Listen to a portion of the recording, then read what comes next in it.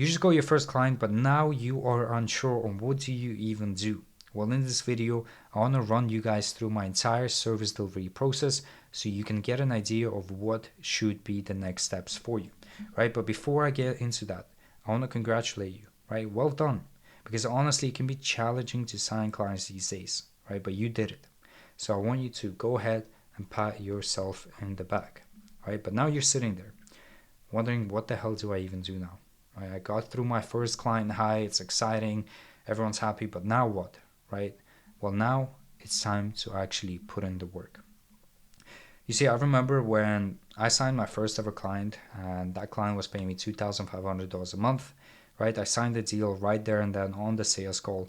And after that, I actually celebrated with my partner, right? Because this was my first ever client for my business.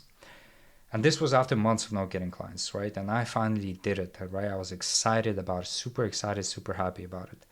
But then a flush of anxiety came to me the next day, right? The client paid me, I got the money, but now I have to figure out how to actually deliver results, right? Otherwise, I can just wave bye-bye to the client.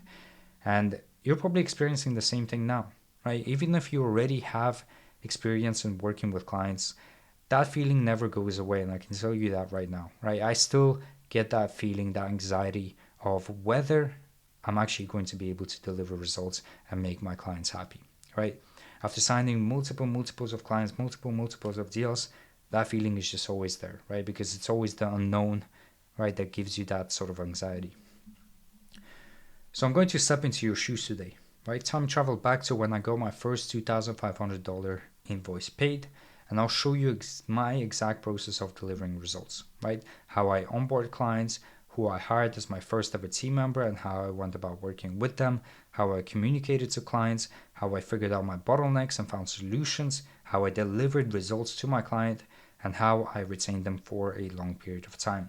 That first client actually ended up working with me for 5 months, right? My first ever client worked with me for 5 months.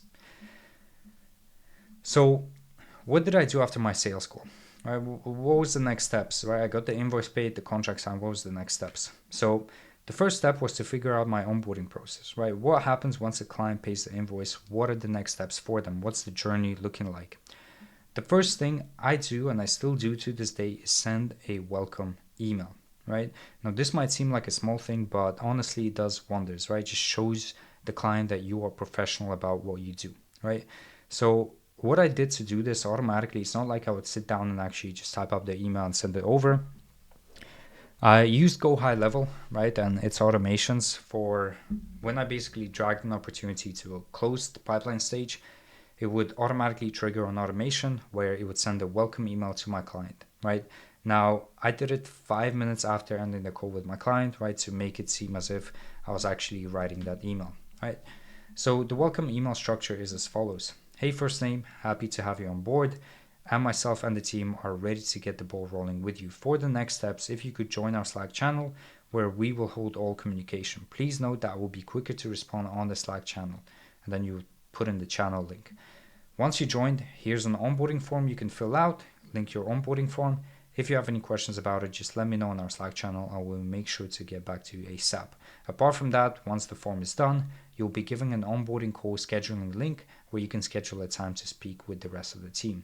Best, just my name, right? So this sort of email basically tells them how excited you are, to start working with them, right? Because clients, they put trust in you, right? When they exchange, money for your services, they also exchange trust, right? So they trusted you, so you should show them that you are excited to get started with them. Joining the Slack channel, this is important, right? You want to communicate to your clients through Slack, right? You want to tell them and set boundaries that communication will be held on Slack. Otherwise, you will have a painful time of just going back and forth on emails. Onboarding form, right? Create an onboarding form on Google Forms. I actually have a whole video, right, on how I go about, going through the onboarding form and stuff. So if you want to check it out, it's going to be linked somewhere around this video. If you have any questions, again, we're pushing them back to the Slack channel, right? So they can ask their questions there whilst they're going through the form.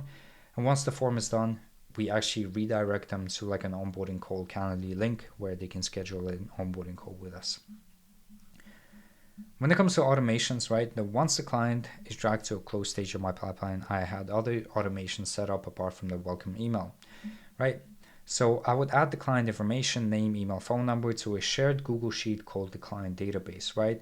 It would create rows in the Google Sheet, right? Stage, expected start date, account manager, notes, service provided, and website of the client. It would then notify a team on Slack channel. Well, back then it was one team member and me for now.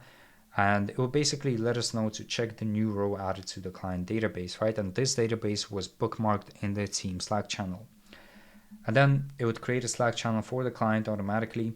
And then once the onboarding form is complete, it would add the onboarding link to the client database and also send it to the team channel for all of us to view the client's onboarding form.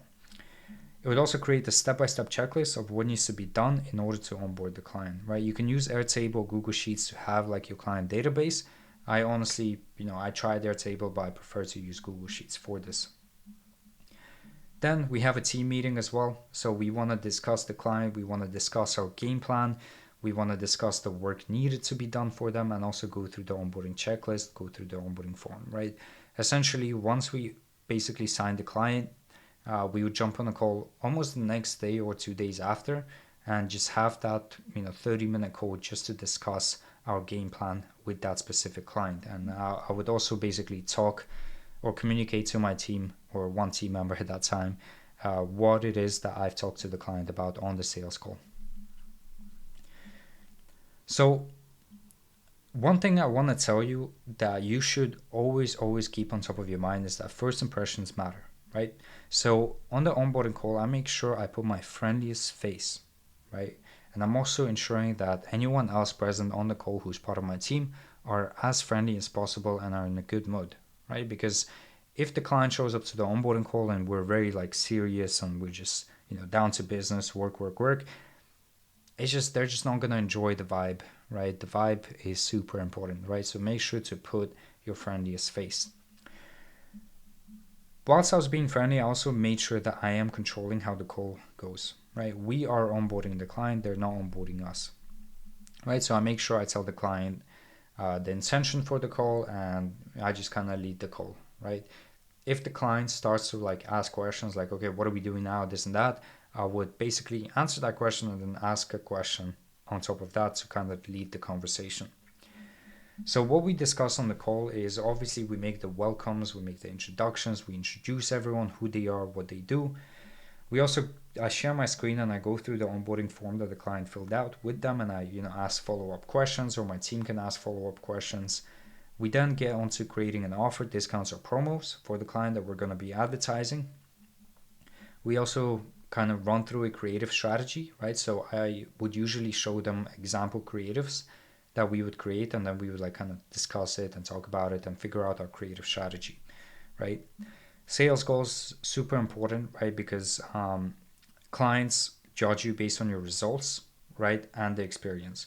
So you need to be able to understand their sales goals, and if they are super unrealistic for them, let's say you started with them, let's say they're doing $100,000 a month and they're expecting you to scale them to $1 million a month in 3 months. Can happen, but can be unrealistic. So it's important that you and the client kind of align the sales goals together, right? To make sure that you're not over-promising to them. We then also talk about the next steps and then also how to communicate to the team, right? And then again, it's important that you set expectations, right? If you overpromise, right? If you tell them, listen, your sales goals of $1 million a month in 3 months is definitely possible. We're the best team. We can do it, right? It's just not going to be great for you down the line, right? If you're not going to hit that certain goal, right? Or if you say we'll generate you 100 leads with your $100 ad spend a month, right? That's unrealistic. You got to be honest and stay true to yourself, right? And what you can actually do. So if you overpromise and underdeliver, the client has a poor experience naturally, right? If you tell the client on the sales call and on the onboarding call that you're going to generate them 100 leads in the first month, right? But then you generate them, let's say 30 leads, the client is going to judge you based on what you promised them, right? And what you actually got. So the client naturally has a poor experience with you. But if you underpromise and overdeliver, client has a good experience, right? If you tell them, listen, realistically, we can get 40 leads in the first month, right? And then you run through the first month and you actually got them 60 leads, right?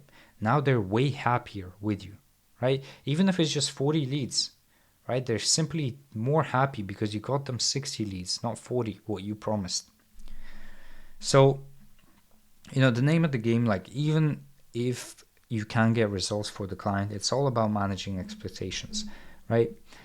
Don't overpromise, just stay honest to yourself, stay true to yourself on what you can actually do, right? It's not going to hurt the client. If anything, it's going to be better, right, later down the line for both parties. I would rather, be realistic about what type of results we can get rather than inflate myself and put more pressure on myself and the team, right? So you got to be setting expectations from the sales call, from when you're pitching, right? And then expand on those expectations in the onboarding call. Team members, right? You need to manage your team and not just tell them what to do, right? You guys should work together. You shouldn't be telling them what to do, but you should be working together in synergy, right? You need to be a leader and let your team just execute, right? Work together, right? See what you can do and let your team actually do the execution, right? So I made sure I created a full training, like it's like I think like a 15-page document for my team, right? 20-page document.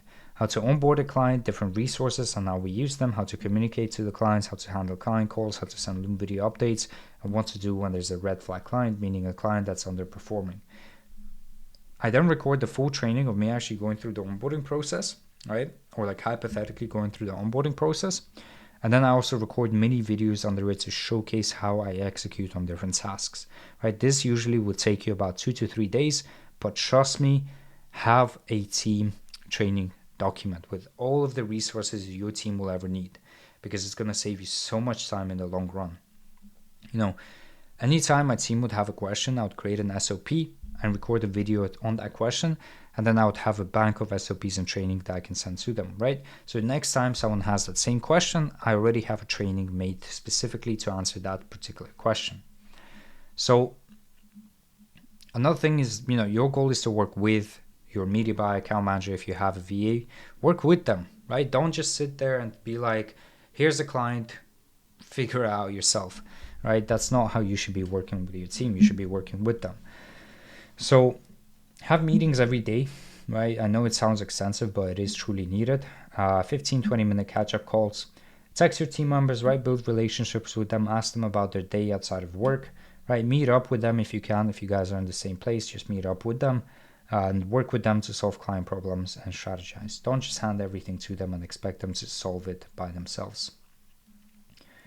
Client communication 101, right? Even if you're not delivering results right now, if you're good at communication and transparency, your client will value that a lot, right? Because a lot of agencies, a lot of businesses tend to not be the best at communicating with their clients, right? I had clients that came to me and they told me their experience about previous agencies that they worked with, and they would tell me, horrible stories of the agency, ghosting them, not replying to them for months, not replying to them for days, right?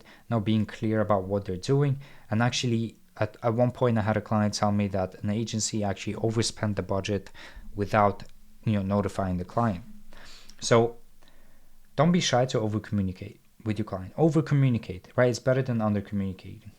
Every single day, I would text the client, even if I have nothing to update them on. I would just ask how everything is going, ask if they need our help in anything, even if it's outside the service, right? Even if we're providing leads or running ads.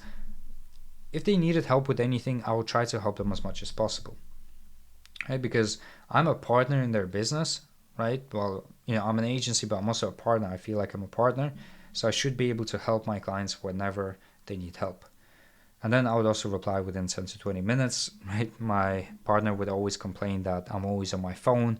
I'm always on my laptop on Slack notifications going left, right, and center. But I feel like, that was needed for me in order to be able to provide the best sort of experience for my clients, right? I'll check my Slack messages, reply within 10 to 20 minutes. Every week, speaking of Slack, but every week we would also send Monday Loom video updates, right? And then on month one, we would have a call once a week, and then we would switch it to bi-weekly calls. So what I want to tell you is don't be lazy in communications with your clients, right? This is a make or break of their experience in working with you. Next thing, figuring out service delivery problems, right? 90% of agencies struggle with service delivery, right? At any point that you're unable to deliver results, it's not because you suck, right? It's because you haven't figured out the bottleneck and fixed it, right? Everyone is competent enough to find solutions to problems. You have Wi-Fi, you have YouTube, use it, right? But to fix a problem, you need to first identify it. So I will track every single thing. I'm obsessed with data, right? I will track every single thing we did for the client. CPMs, cost per click, CTRs, leads, appointments, closed deals, conversion rates. If I'm not delivering results, then there's a problem in one of those areas, right? For example, if my cost per lead is $40 and I want it to be $20, I will look at my cost per click and CTR because maybe my creatives or the offer is not to the point. If my CPC or cost per click is high, but my CTR is high as well, it means my creative might be visually attractive, but it does not do well in getting people to actually click, right? So this may be a resonating or offer problem, right? I would then go back to the drawing board and try to find new offers I can run for the client. And I keep testing until I am essentially able to reach my KPIs, right? Again, if you are currently, struggling with service delivery problems and you're not getting results for your clients, it's not your fault entirely. It's not, due to a skill issue that you might have. It's due to the fact that you haven't identified the bottleneck and taken the time to fix that bottleneck. So anytime you have a problem with service delivery, look at your data, right? Because data just doesn't lie, right? Just look at data. So how did I deliver results? Now, for the first couple clients, you're going to be in the trenches of service delivery, right? I know there's an ongoing thing about like outsource this, outsource that, hire a media buyer, right? No. As the founder of your agency, you are going to be in the trenches of service delivery in the first, couple months or working with your first couple clients. And that's okay, right? Because it's necessary for you to improve. So what I would do, right? What I would do, track my data every single day. Every single morning, I would fill out my data. I would watch a shit ton of YouTube videos on service delivery. Like I would binge watch a bunch of YouTube videos every single day, right? Even if I wasn't struggling, I would just watch it because I wanted to become an expert at what I do. I would also buy courses and programs on ads. I would stalk my clients' competitors, see what they're doing, and I would test new things once a week, right? You have to become obsessed with delivering results, right? At one point, I'm not kidding, I was even recording ad creatives for my clients, right? Yes, I actually took the time to record and edit ad creatives and then actually advertise my face, right, for my clients' businesses, just so we could test things quicker and not have to rely on my clients or UGC creators, right? Again, I do have a whole video on generating appointments for your clients. Again, I'll link it in the description or somewhere around this video, so make sure to check it out. It goes into more of a technical, detailed explanation of how I go about with the actual service delivery side of things. Now, here's some key things to keep in mind if you want to retain your clients for a very long time. Number one, communication. Now, you have to have reports, you have to have Loom updates, you have to be texting your clients every day, and you have to have weekly calls in the first month. Second is experience, right? Your clients will judge you on your experience, on their experience in working with you, right? So they're going to judge how efficient you are, right? How competent you are or how competent you seem, how easy it is to work with you, and how easy it is to talk to you, right? Systems, right? Now, I sold systems, not just Facebook ads, right? If I can take over as much of the sales process of my clients, right, it will hurt them more to leave me, right? If I just sold Facebook ads management, some boring service like that, people can leave me like anytime they want, like, because it's not a hard skill to replace, if that makes sense.